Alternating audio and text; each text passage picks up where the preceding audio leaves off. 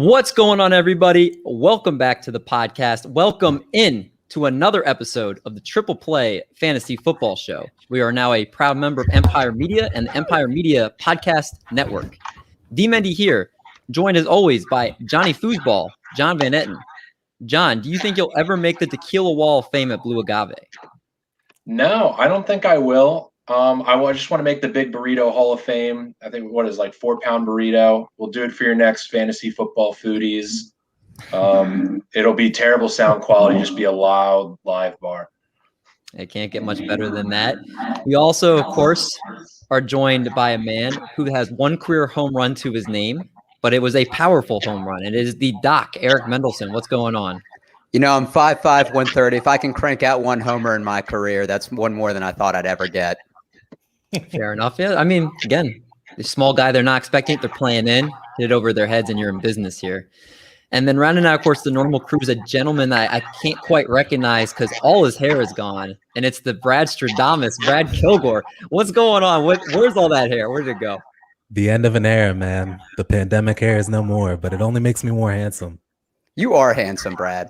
I can't disagree with you. I mean, That's why you're bringing some even more handsomeness to the pod than normal. I like it. But fellas, pale in comparison to who is joining the pod tonight, we welcome in a woman who remains a lady in the streets, but she be cocky in those tweets.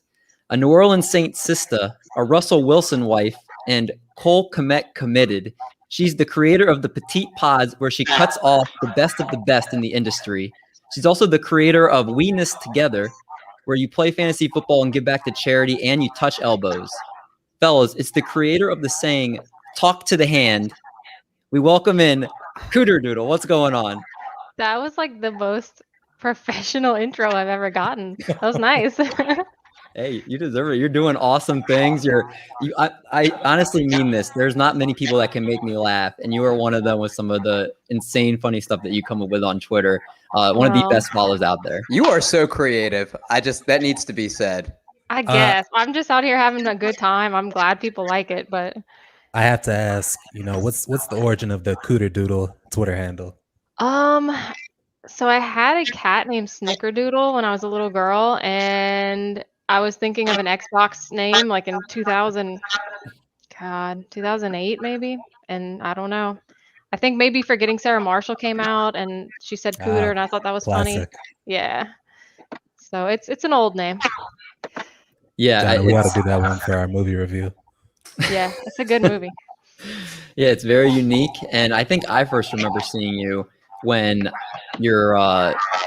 this popped up on Twitter not too long ago. It was here we go. I saw this tweet. Oh yeah, that was I don't think it's me. That was an echo? Yeah, hold on, there's an echo. Yeah, it's not me. I muted. It's not me. But yeah, that was my first like viral thing that happened, I guess. But it was I was frustrated with Jonathan Taylor at the time. And I just want to say, thanks to me, right after that tweet, he did start doing better. So I think, definitely correlated. I think it was me because I just muted mine and it cut off. I think it was Johnny. Either way, It's a mystery in itself. Yeah, my headphones, if anybody wants to get in the comments and do some IT, my Soundcore Spirit headphones will not stay connected. They will connect for a half second. That's an anti-advertisement. I'll allow it. There you go. Well, that was a awesome tweet, and it was again, I think one of the first tweets that kind of brought you to a lot of people's Twitter accounts was that one. But so again, being the personality that you are, where do you come up with the inspiration from this stuff? You also have that funny series where you do things that make everybody cringe, which are just absolutely hilarious. Where did that all come from?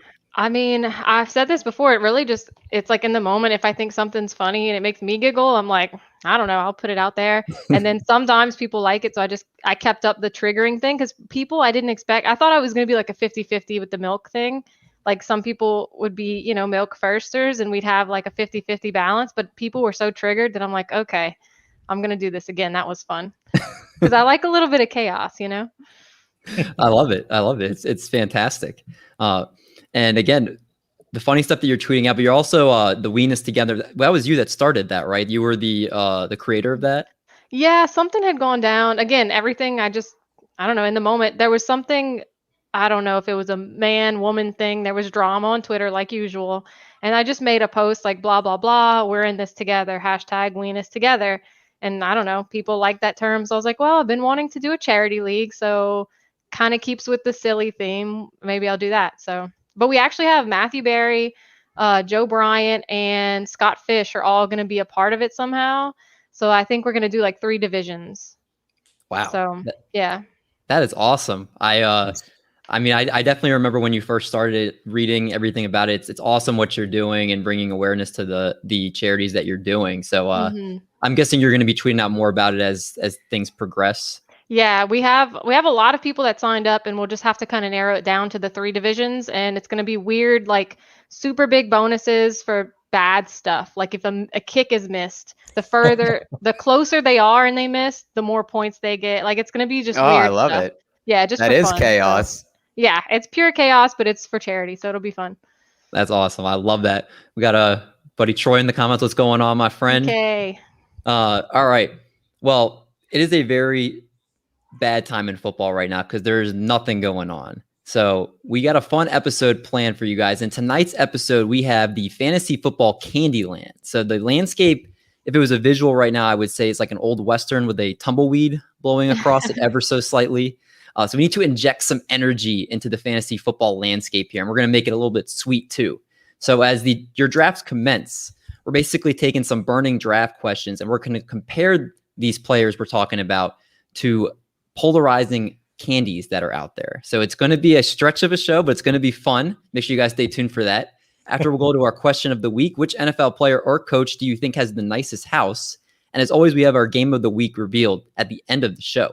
So if you guys are ready to get another episode started, then man, we're here to do it for you. Let's do it!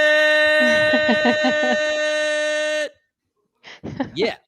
Is it over? Sorry, I love how you all joined in. Working for that, David. Yeah, you all joined in and supported him. That was so nice of you to do it together. No, if he's on his own. Hit the intro.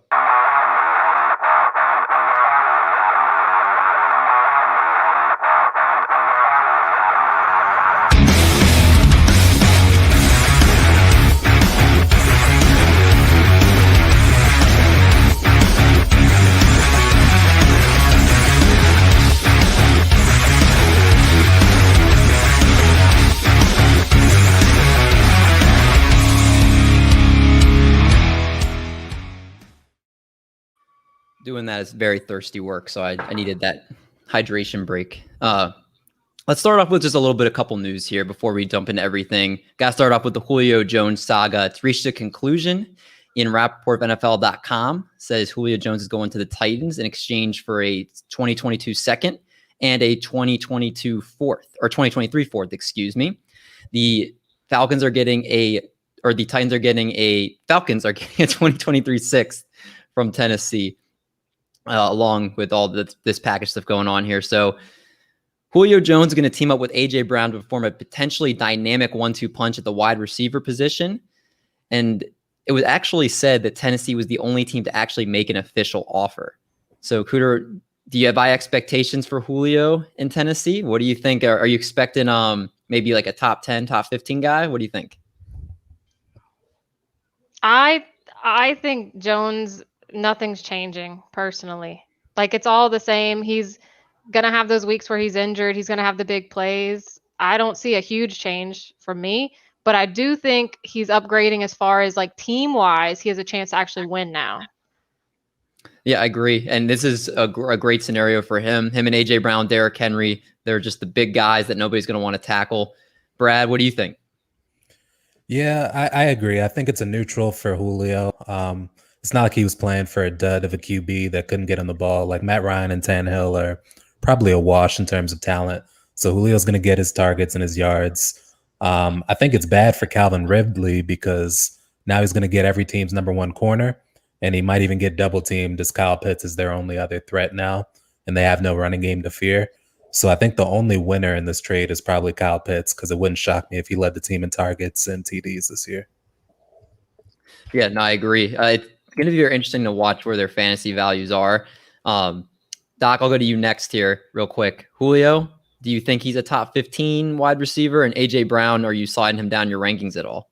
I mean, I slide A.J. Brown down a little bit. Julio, for me, is in that 10 to 15 range. I think he's going to have boom or bust weeks. I think that's kind of what we've expected from him, whether it be injury prone, whether it be the quarterback situation. I think him and A.J. Brown are both talented wide receiver one upside, but I think kind of like the Mike Evans, Chris Godwin, where both of them don't go off. It's usually one or the other. But I do think we see regression in touchdowns because I think in the red zone, it's still Derrick Henry territory.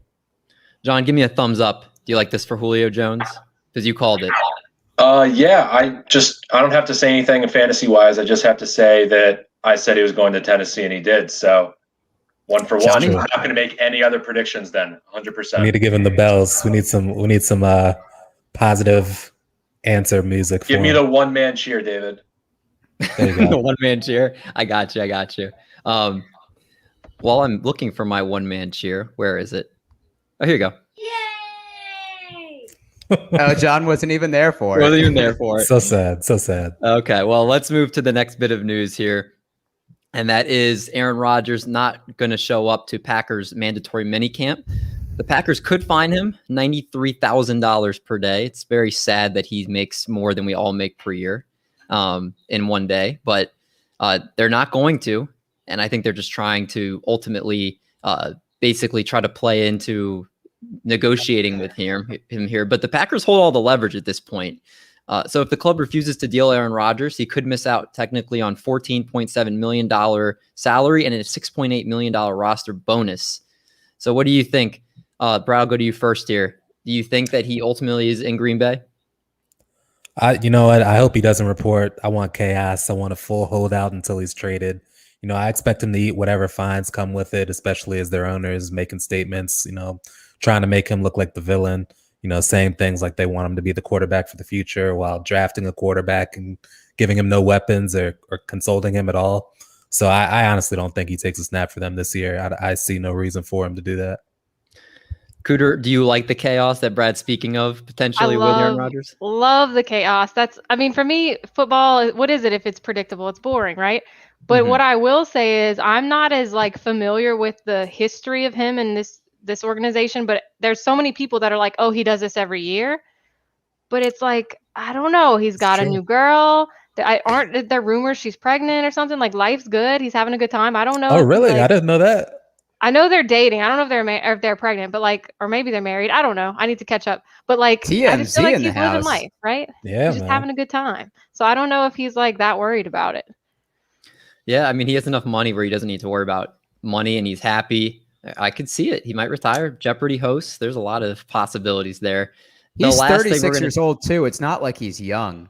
It's not like he just won the MVP. He's Luke Kuechly. Yeah. You go out. That's literally going out on top minus the Super Bowl. There you go. Yeah. Let's get to the last thing here. The Ravens agreed on a brand new deal with Gus Edwards. The running back has a fresh 2-year, $10 million contract tying him to the Cub for multiple seasons. He's been a big part of the Ravens' dynamic ground game, averaging at least 5 yards per carry in each of his first 3 pro seasons. If you want to actually talk about money for a second, if you combine those 2 years along with what he's making next year, the 3-year deal, he's going to be the 13th highest paid running back in the league. So there's a stat there for you, or whatever you want to call that. Well deserved. So it's not nothing. It's not nothing. It is well deserved. Eric, I'll go to you first for this one. Gus Edwards, is he a problem for J.K. Dobbins owners, or is it just, again, hey, you know what? It is what we thought it was. J.K. Dobbins is a problem for Gus Edwards owners.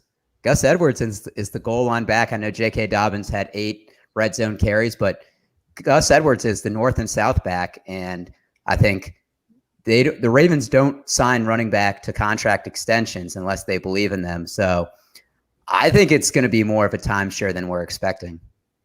All right, John, your mic issue's fixed. Do you want to chime in on this?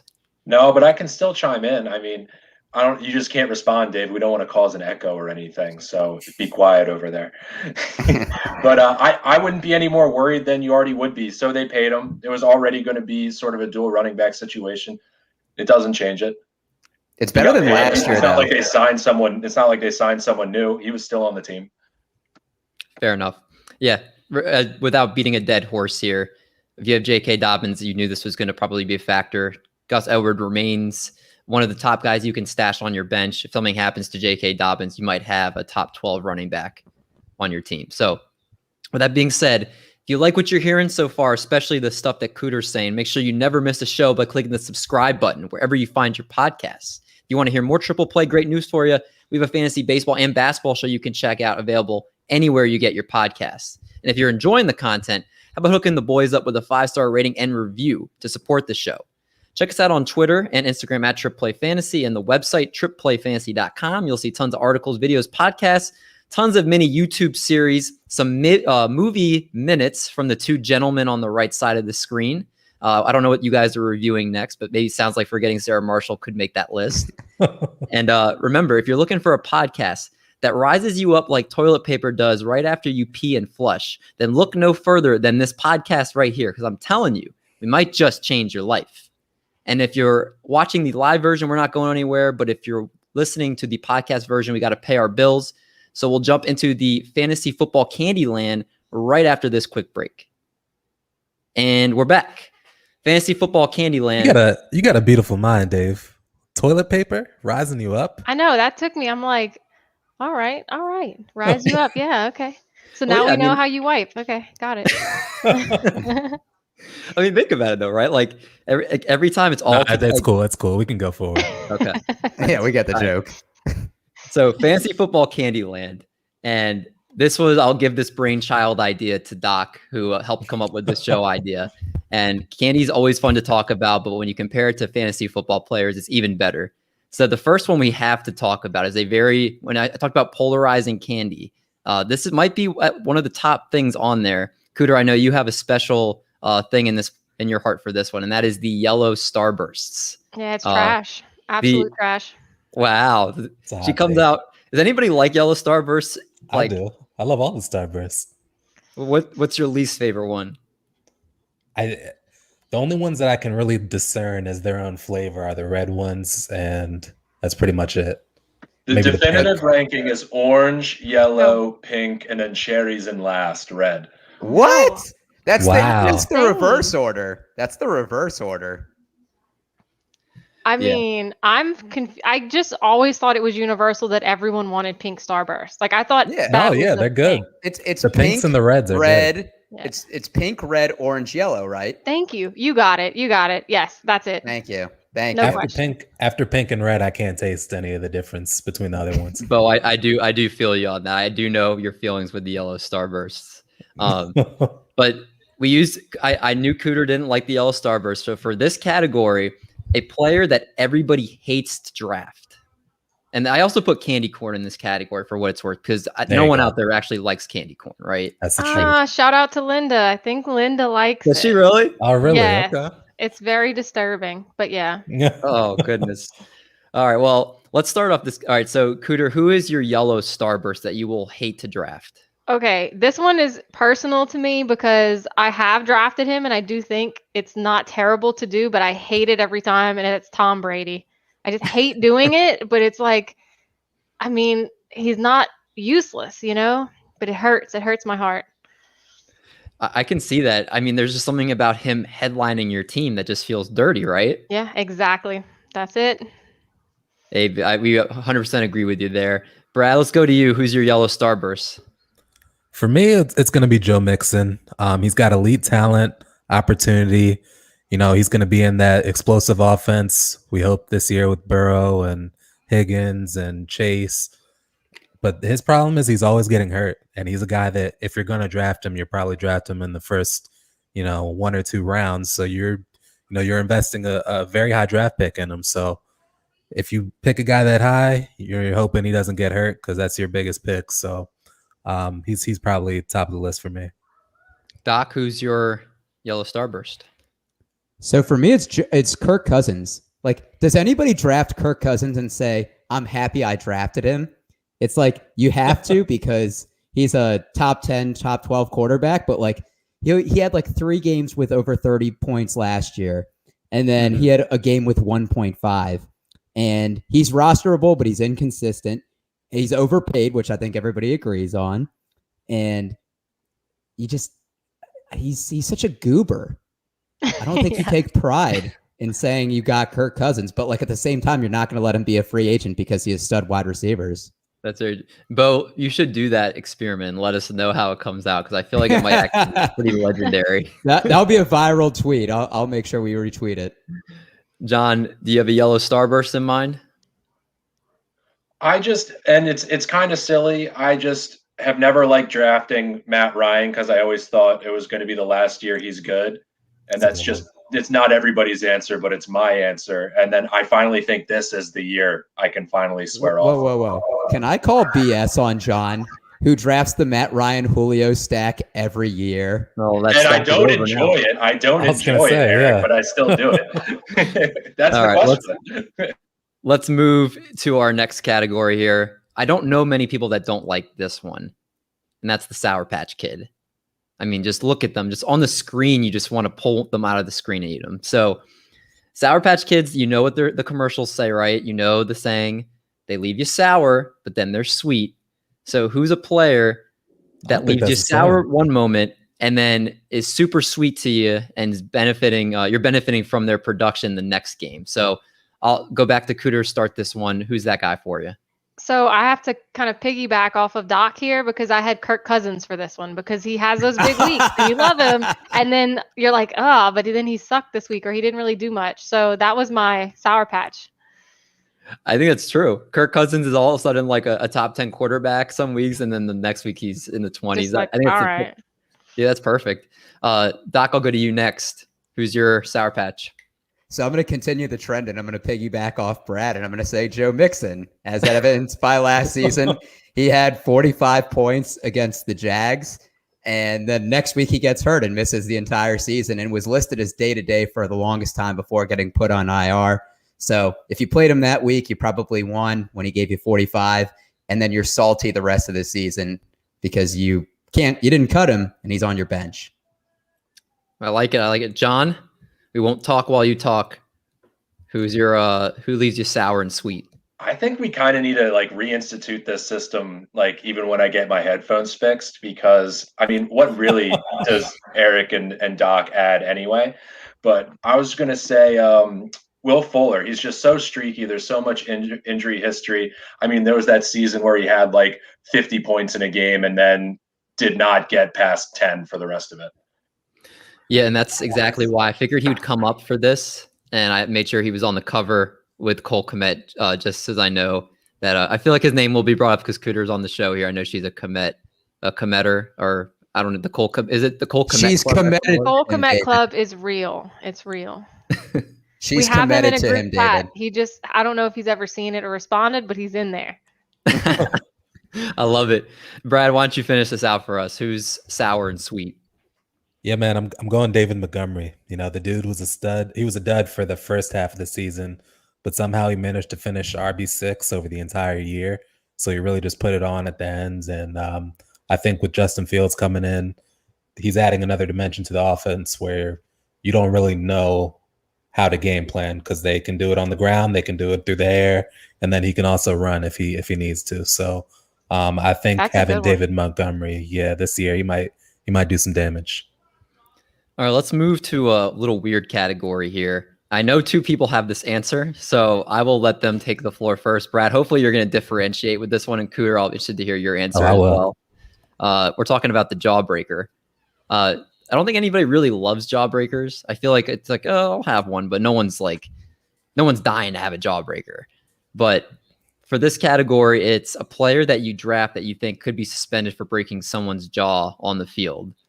So, so John, you know what? Why don't you lead this one? Doc can finish out what you're going to say while you trash the guy I know you're going to say, and then Cooter and Brad can add theirs after. So I mean, the easy and obvious answer is Tyreek Hill because he's had a couple of instances, but I thought that's kind of a roadblock because he really only punches down, not people stronger than him or tougher than him like they might be in the NFL. So while it was an obvious answer, I'm not really sure it's correct.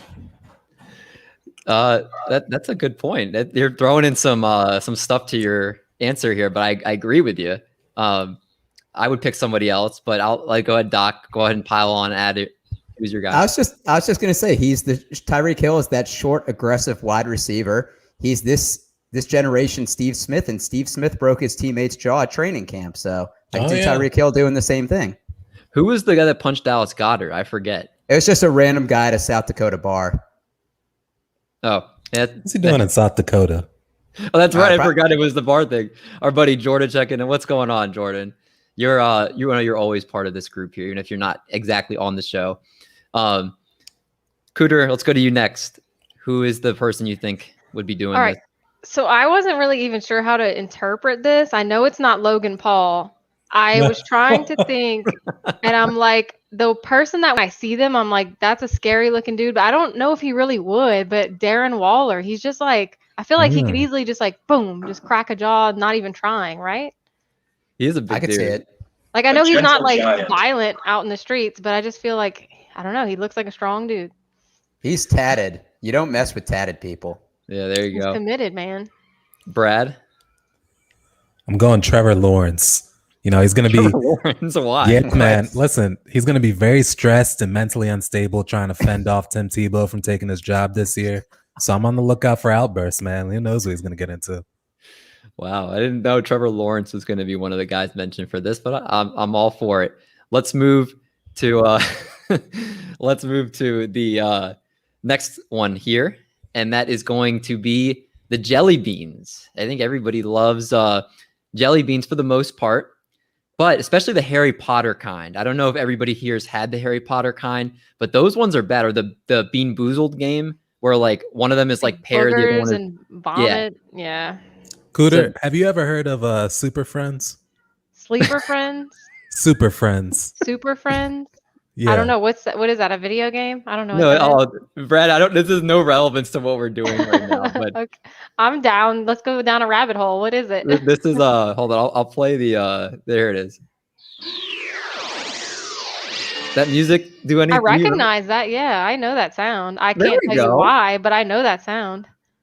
It was from a TV show in the 70s, and I played that sound like every once in a while, and everybody's like, "No, I've never heard of it." And I was like, "It's like the superhero." Yeah, like I gotta look that up. A lot of like TV shows made spoofs off of it. You know, Family Guy, American Dad. They'll have like a Super Friends themed episode. Yeah, that's old school. I do remember that. I'm looking it up right now. The only reason I asked is because he brought up Harry Potter gum or Harry Potter jelly beans, and I didn't know what he was talking about. So it reminded me of Super Friends. Yeah, I feel like a worse person now that I haven't experienced them. I'm gonna go get some today. I mean, they're terrible, so don't worry. You've never had them? Never. Oh, they're I've bad. never even heard of them. It's like vomit, boogers. Yeah, so they have a color counterpart. So half of them are right. Yeah, half of them are good. You'll get like popcorn or you'll get barf, and they're the same color. Yeah. So it's just torture. I mean, that's all it is. Yeah, that sounds awful. Yeah. Well, that's the candy Russian roulette. It ties into again the jelly bean aspect of things. You never really know what you're gonna get, especially if you get those types of candy. So who's that wild card? Forrest Gump box of chocolates, David. Well, we're using that analogy for jelly beans because I think it fits better anyway. So for jelly beans, the player you have no idea what you're getting from. Cooter, who's that player for you? So I'm going with somebody that like I feel like the whole community is split on, and that's Zeke. Because I feel like there's people that are like diehard, he's coming back, he's going to be fine. And there's other people that are like, no, Pollard and all these other guys, and he's just not who he used to be. So that's who I'm going to go with is Ezekiel Elliott. That's very true. Especially with Dak, he looked really good. And then without Dak, he was like RB 30 something last year. I 100% agree. Let's go to John next. John, who's the jelly bean? AJ Green. You know, he could be AJ Green or he could be last year's AJ Green. So he could either be like the vomit flavor or he could be, you know, something that's like a grape flavor, like a nice purple grape flavor. Oh, AJ Green, a purple jelly bean, grape jelly bean, or a vomit jelly bean. I think that fits pretty well. Doc, what about you? So it's got to be Russell Wilson. He's as inconsistent with they come as let Russ You gotta be cook. careful. You're talking to a big Russell Wilson lover there. I mean, I respect it though. He's not consistent. Yeah, I love him, but he's not. 4 games over 30 fantasy points, all within the first half of the schedule last year. You feel good about starting him. And then he has 6 games under 20. So that is a huge variance. Yeah, I think this year could be the year though, because it looks like with the addition of Dwayne Eskridge there, and it seems like he was very unhappy. Just not in the fantasy playoffs. Russell Wilson always underperforms in the fantasy playoffs. We'll see what happens. Brad, finish this one out for us. Who's your Mr. Jellybean? I'm going James Robinson for this one. You know, I didn't know what I was going to get from him last year, but this year they drafted another elite running back. So I don't know if ETN is going to be a wide receiver or in a timeshare with Robinson or both, but Robinson seems more risky this year than he was last year. All right, let's go to a very interesting candy, and that's the Atomic Fireball. That's the candy you would try to challenge yourself to see if you could eat one, but I don't think anybody really enjoys them. Cooter, the person that you think you have a hot take on this year for this player, who is your Atomic Fireball? So mine is a double whammy, and I don't know how hot this even is, but I don't think Patrick Mahomes or Josh Allen are going to finish as a QB1. Oh, no! Ooh. I love it. Who does I then? like that. I don't know. I don't have that. Yeah, I was about to say, I that just wasn't don't. I part of mean, the like, has question. Patrick Mahomes ever finished as a QB1? He did the year he had 50 touchdowns. Okay, so like, but you know what I mean? Like, we're consistently saying he is, and he did it once. I'm not saying he doesn't deserve it. He's amazing, but that's my hot take. That's a hot take. I like it. Bo, you can always comment yours in there. I'm going to read it out when you put it in there. Cooter, you'll have to follow up with when you decide who your QB1 is, because I think that is a hot Lamar take. Jackson. Okay. Yeah. Okay. I like it. I feel like, Kyler Murray almost, there's a lot of candidates to be a QB1 this year. Though I like the Lamar call, though. I could definitely see it, especially the rushing is going to be there. And if he just bounces back passing at all, then the floor is already set. So I like that call. Brad, let's go to you next. Who is your hot tamale? Who's your Atomic Fireball? Two different man. So I just recently finished my running back rankings for Fantrax. And my hot take is that I have Saquon Barkley finishing the season as RB20 this year. So they're gonna ease him into the offense, and when they ease him in, he'll be in a timeshare. And I think his breakaway runs are going to be fewer and far between, or more far between, in his first season back. It normally takes 2 years to get healthy from an ACL tear. So I think Barkley's going to be a big bust for people that draft him, where his consensus ADP is. Doc, I know that was your guy, so go ahead and pile on to that. Brad, so I had Saquon as my RB11, and I was prepared to get crap for it, and you just one-upped me. It's like a deeper. Yeah, the torn ACL, he had 19 carries for 34 to begin the year. People forget the year before that, he had a high ankle sprain in the same leg, and he said it was as difficult mentally to overcome as it was physically. That high ankle sprain kept him out like 3 or 4 games. The torn ACL was 13. This is a 17-game season. They view him as the centerpiece for the franchise. So I think the worst thing to do would be to rush him in. I think this is kind of a make or break it year for Daniel Jones. I think it's going to kind of be like the Josh Allen, the NFC, where they have him throw the ball a lot. They got him Kenny Golladay. He has a good wide receiver core. They know what they're going to get from Saquon when he's healthy. I think they want to see what they have in Daniel Jones. Yeah, I think one of the things that scares me a little bit is I saw Stephania Bell tweet out about that she's concerned, and she obviously does the injury stuff for a living. So when someone respected says something like that, that gives me a little bit of a pause. Especially the offensive line is also a little bit shaky, but well, that'll be interesting. Those are some hot calls as well. John, what's yours?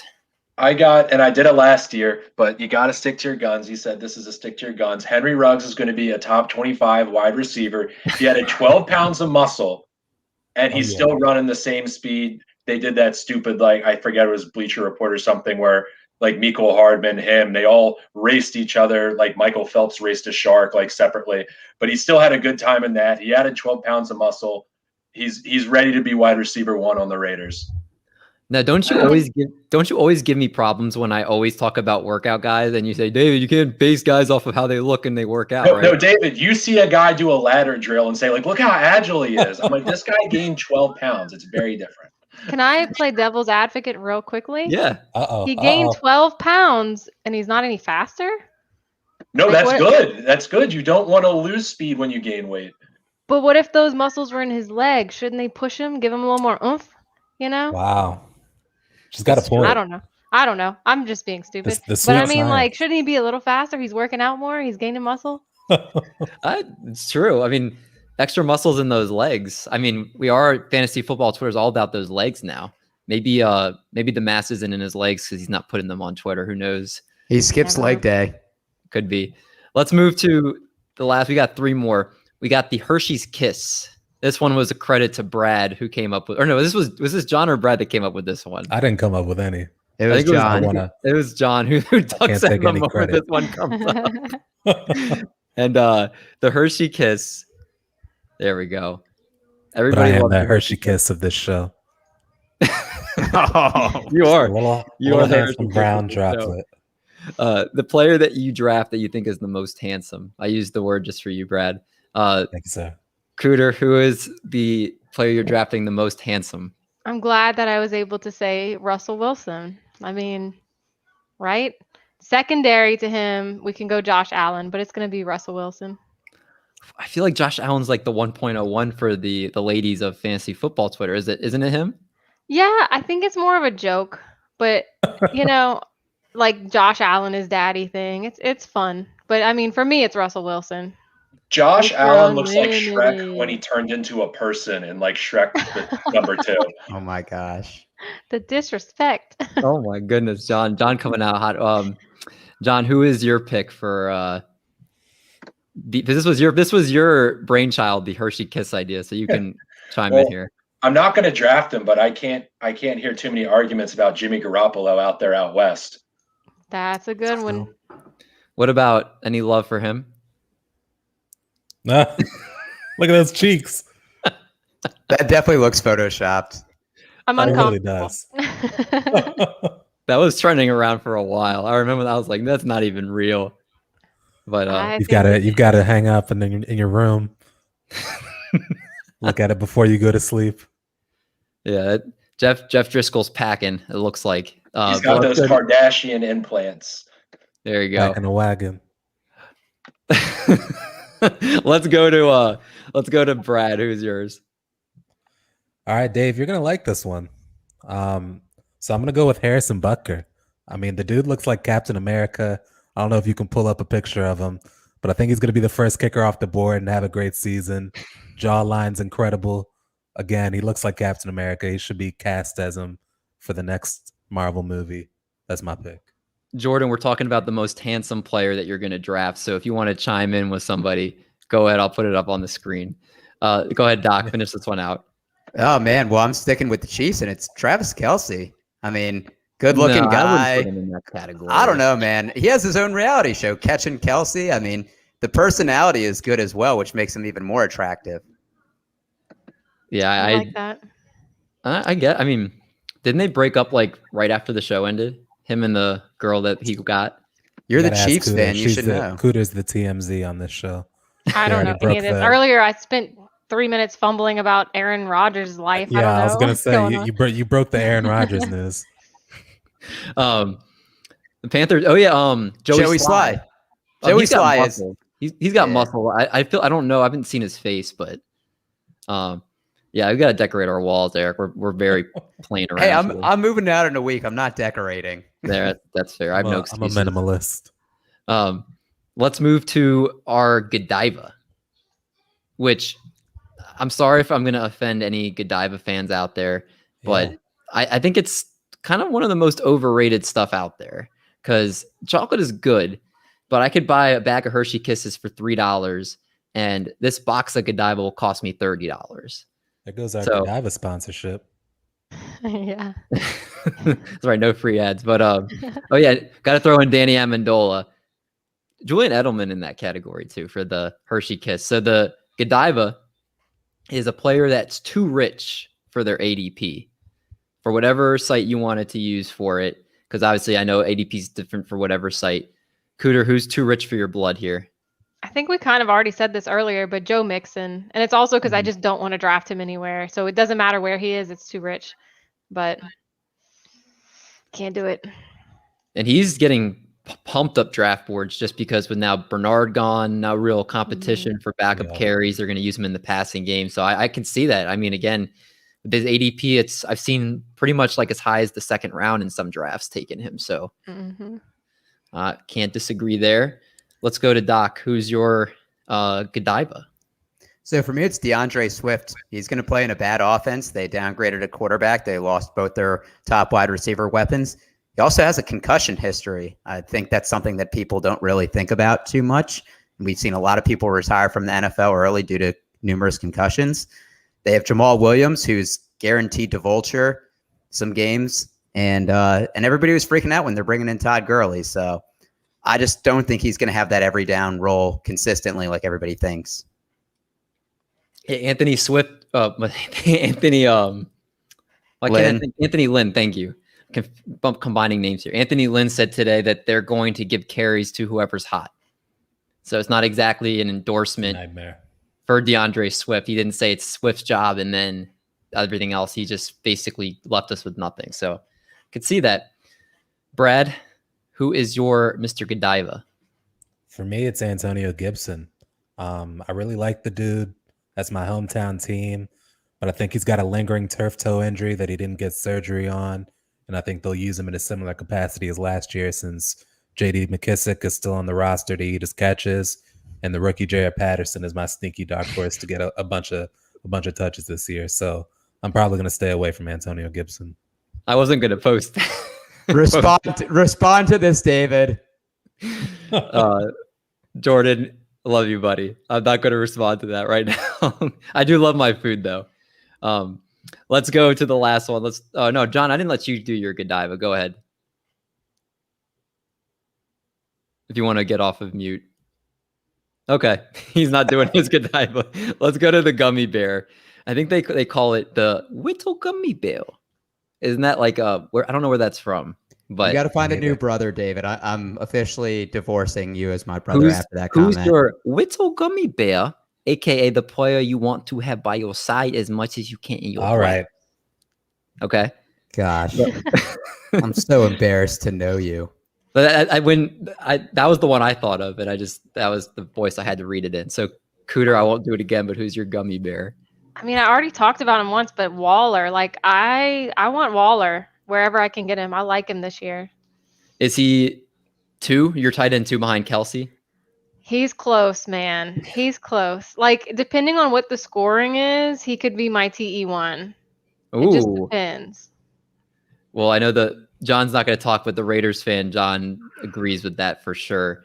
Brad, who's your gummy bear?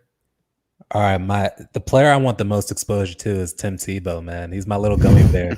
He's going to have the Taysom Hill role, which is goal line touches and plays while being listed at TE. You're going to be able to draft him with like the last pick of the draft probably. And TE rankings are so shallow. So if you have a few good games and he can sneak into TE 10, he looks like a great pick. So I'm dying on that hill. I'm taking Tim Tebow. Tim Tebow mentioned on every show now. I'm coming for Jake Trowbridge. That's my next goal. Starting with the Billy Madison voice. Go ahead, Doc. Who's your gummy bear? So for me, it's Jonathan Taylor. He has a good O-line. He now has a more mobile quarterback. I know I've seen a couple people have him as their number 1 running back. He had 741 yards in the last 6 games of the regular season last year. I do think that the Colts could be a dark horse to win the AFC, so I think they give him a full workload this year. All right, fair enough. That was some great. I'm hungry for some candy, but that was an absolutely great discussion on players and their candy comparisons. Let's move into the second to last part of the show, and that's going to be the question of the week. Like to set the vibe here nice. Little sexy stacks here. Here we go. All right. So our question of the week is sponsored by Monkey Knife Fight. Triple Play is now an official affiliate to Monkey Knife Fight, the fastest growing sports betting site in the United States. Use promo code Triple Play and get up to $50 of your deposit matched when you become a new user and use that code. And if you're looking to win some cash, make sure you follow the Triple Play Monkey Knife Fight shows each week to give you a 10 to 15 minute look of the gaming landscape with their locks to help you win big. All right. Our question this week, Which NFL player or coach, and you cannot use Cliff Kingsbury, do you think has the nicest house? So I just want to interject through my host of IT issues. Eric, I really don't understand the thought process on this question. Was I like Googling? Was I going to Zillow? Was I looking at old MTV Cribs episodes? Whatever you want. It could just be speculation. When we did this for our baseball, we had a guy that was in real estate that actually had saw some players' houses. So, this just kind of interpret it however you want. He said you need to be a realtor to see it because he was able to look up on Zillow their houses. So, Cooter, if I didn't expect you to look up on Zillow what their houses were, but I actually flipped this, and I don't know who has the nicest house, but I can tell you who I think has the worst.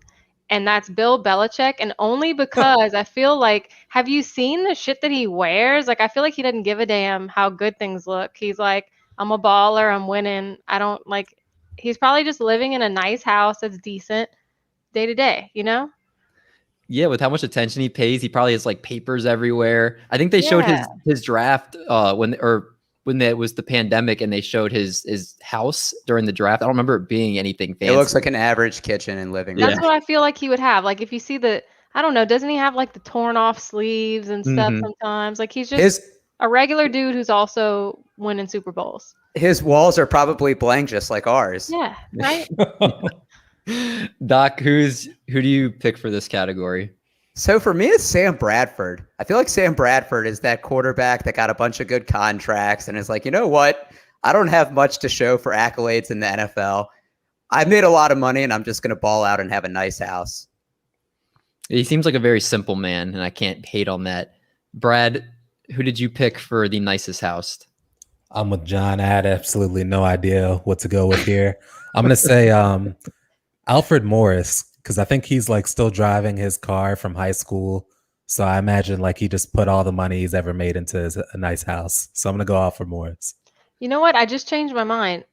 Now that I figure out what you guys are answering, how you're answering, I think Antonio Brown would probably have the nicest. He doesn't seem like he has maybe made, I don't know how to say this nicely. He's going off of what he feels, right? If he wants this one day, he's gonna get it. I think that's what he's living like. That's a good point. He's a superstar, I do think Antonio Brown will be broke in like 10 to 15 years. He seems like that athlete that uses all of his money right away. Hey, but for now, at least, he's gonna have the nicest house. That was definitely a less diplomatic answer than Cooter. John, did you have one that you thought of or no? And this was just for the amenities, because Patrick Mahomes lives rent free in my head, and any gimmicky touchdown just like makes my blood boil. So I think he has the best house. Does anybody think Aaron Rodgers might have the nicest house? Oh yeah, I could see that. I feel like he's a man of expensive tastes, like nice, like a wine cellar.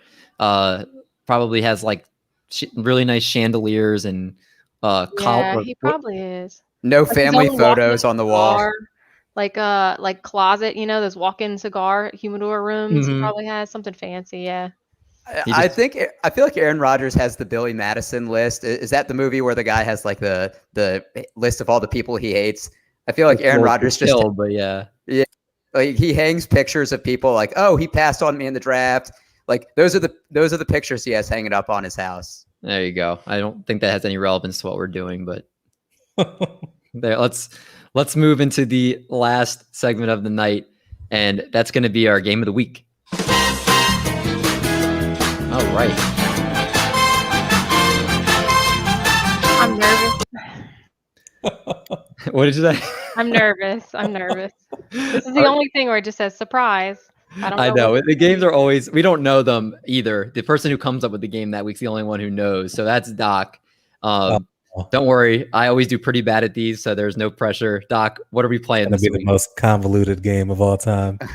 So when we talk about candy, you get a sugar high if you have a lot. But this game is going to be the career high game. So I have 9 players here, and you have to guess their career high in fantasy points for a game. This is PPR scoring and decimal included. So whoever gets the closest gets the point. If you get the exact number, you get 2 points. So for example, if I said like, we got you, Eric. That makes sense. Okay. All right. First David, one's got to be Danny Woodhead when he beat you in the championship. Right? No. And it's not Jalen Hurts either, because I've said that too many times. Okay, so we're starting with David, and it's Lamar Jackson. It was that game against the Dolphins, I think. I'm going to go, he had 48.7. Jordan, we're saving the Twitter follower game until you come back on the show. All right, John. 40.5. Cooter? I don't know. So this is for a single game? Yeah, his highest for a single game. Oh, God. 43? All right, and Brad? I'm going to go 50.2. Jordan's playing too, so Jordan's an honorary guest for this game too. Okay, so John gets the point. It's actually 37.1, which was against the Dolphins. Wow. Oh, wow. That seems low. Yep, Jalen Hurts has a higher career high than him. So 1 point for John. All right. The next one is Mr. Patrick Mahomes, and we're starting with John. Oh, God, probably infinite because he just has to toss it to Tyreek Hill on the 1 yard line for a touchdown. But I'm going to go 42.5. Okay. Cooter? I feel like my answers are getting messed up because I'm hearing your answers. So I'm just going to go with what my gut was telling me, which was 39. Okay. I don't want to change it. Brad? I'm going to go 42.1. Price is writing me like that. Come on. Cooter actually had a round where I was thinking, but I'll go a little lower. I'll go 37. The correct answer is 40, which he had against the Ravens on that Monday Night Football game. So Jalen Hurts is better than him too. Damn. No, Jalen Hurts is slightly worse. Jalen Hurts' career high is 37.8. So I'll never forget that. Jordan gets that one. He's the 39.7. After. All right, well, he gets the honorary point, but Cooter gets it for this game. Okay. For this crew. So I gotta stick with my gut. Okay. The next one, we're starting with Cooter, and it's Christian McCaffrey. Remember, this is PPR scoring. Okay. Oh, Jesus. Oh, I hate this so much. 44.5. Okay. Brad? 46.3. John? 46.1. Right. I think. 46.1. Okay. And look at me David. reading lips out here. Jordan said 48. I think it's in the 50s. I think there was one game that he had just an insane amount with catching too. I'm going to say he had 52. The correct answer is 47.7. So Brad gets it. So everybody's on should have gone the other way. So everybody's Jordan, I'm on counting for you. You got 2 right now too. So everybody's on the board but David. We go to the fourth one, and Brad, you're starting out. It's Derrick Henry. I'm going to go 39.8. Okay. David? 41.5. John? 47.7. Okay. And God. Cooter? I don't know if this was said yet. I'm so confused because I'm trying not to listen. 42? Was that said? No, it wasn't. John, you were 0.1 off. It was 47.8. What? That Thursday night game against the Jags where he had that 90-something yard. You should get 2 points for that. Yeah, that's incredible. Damn. And he was 0.1 off, but he only gets 1 point. I think was that the game, Eric? The one that Jordan said? Yeah, the Jags on the Thursday night game. Yeah. All right, so John has 2, Cooter has 1, Brad has 1, a big old goose egg for David. And David, we're starting bad at these games. We're starting out, and it's another David, but it's David Johnson. Is it me? Yep. Who's starting? You are. All right. It was one of those games with the Cardinals, obviously. I'm gonna go 36.4. Okay. John? 37.7. Cooter? I was going to go 35. Okay. And Brad? I'm going to go 37.4. Well, John was closest. His career high is 44.9. Oh, damn. That's way higher than I thought. Yeah, I did not think he was going to be. No, remember that 2,000-yard season he had with the Cardinals? The 1,000 rushing, 1,000 receiving. Hit a 44.9 in, I think, week 15 of the playoffs. Jordan, you started out hot. Now you're like me. We're way off. All right. So the next one, and John, we're beginning with you. It's Michael Thomas. Slant God had to at least get 39. Okay. Cooter? I'm going to go like 43. Okay. Brad? I'm going to go 32. And David? 37 was the one that stuck out to me. All right. Well, Cooter gets the point. It's 41.2. I mean, Drew Brees has leaned on him. That's what I'm saying. PPR too. I mean, he had Yeah. 149 catches in the season. Figure he has, 14. I think he had 16 catches that game where he had 42.1. But Yeah, Jordan's right there. Let's do this last one, and then this will be the last one. all right. Well, if Cooter gets this, she ties, and if John gets this, or if anybody else gets this, they win. And we're actually rooting for you, David. We're gonna begin with Cooter on this one, and I did this one just for John. Robert Woods. Oh. Oh, wow. Oh, man. 34. Okay. Brad. 31. David. I'm going back to the 37 well. 32. Okay. All right. Well, David gets on the board to end the game. It's 37.1. Wow. David was 0.1 away. Oh, man. I would like to thank everybody for allowing me to get 1 point so I didn't get completely shut out. But with that being said, John, you are our winner. So I will give you no, you don't get the one. Eric is the only one who gets the one person. I like the one-man cheer, though. You get the crowd applause. No, you can't have that one person cheer. And I want to give Cooter the crowd applause as well for coming on the show. We absolutely appreciate your time. Again, you are an amazing follow, and we really just enjoyed having that presence that you bring on the show with us tonight. Thank you. It was a lot of fun. Is there anything before you get out of here you want to plug to the audience? Let them know where you can find you on Twitter, all that good stuff. Twitter is Cooterdoodle and YouTube Cooterdoodle. And if you want to sign up for Weenus Together, we haven't picked teams yet, so you can do that too at weenustogether.com. And Petite Pods. Oh yeah, Petite Pods, yeah. Shout out. The Petite Pods are great. I love watching those. Make sure you guys keep tuning in. Next week, we're going back to the division previews. We're doing the AFC East with Jeff Bell, for whom the bell toll, J Bell tolls. So that's going to be a fun show. Until then, everyone be safe out there. Go draft a best ball. And we're going to make like a bread truck and haul these buns. We're going to catch you guys next week.